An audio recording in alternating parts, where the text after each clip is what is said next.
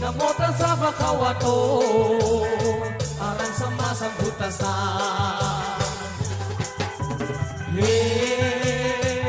อานิจจังอานิจจาเป็นอย่างโลกนี้สังมาเปลี่ยนแปล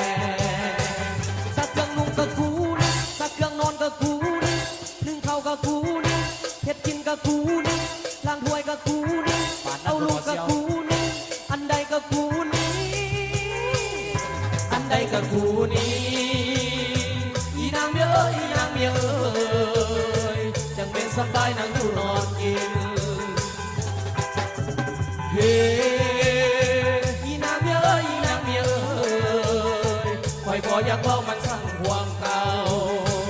มีอันใดก็ปล่อยวางบอกขาในใจถึงเป็นจังใดก็เป็นนางเมีย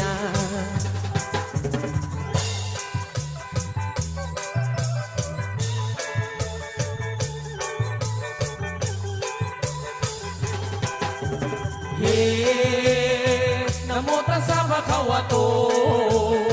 อะระหังสัมมาสัมพุทธัสสะ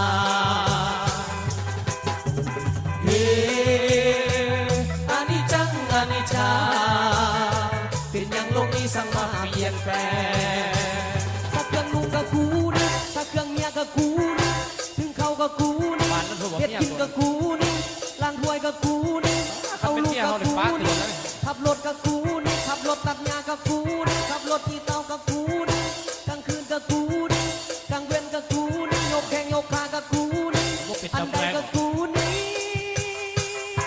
อันใดกับกูนี่อีนางเมียเอ้ยอีนางเมียเอ้ยจังเมียสบายนั่งอยู่นอนกินอีนางเมียเอ้ยอีนางเมียเอ้ยคอยพออยากบอกมันซ้ำความเก่ามีอันใดก็ปล่อยวางบอกขาในใจถึงเป็นจังใดก็เป็นนางเมียคนเอาเสีย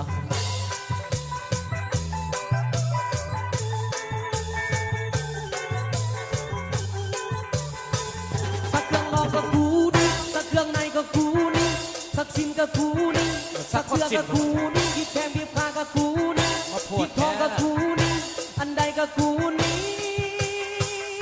อันใดกับกูนี่อีนางเมียเอ้ยอีนางเมียเอ้ยจังเป็นสบายนั่งอยู่นอนกิน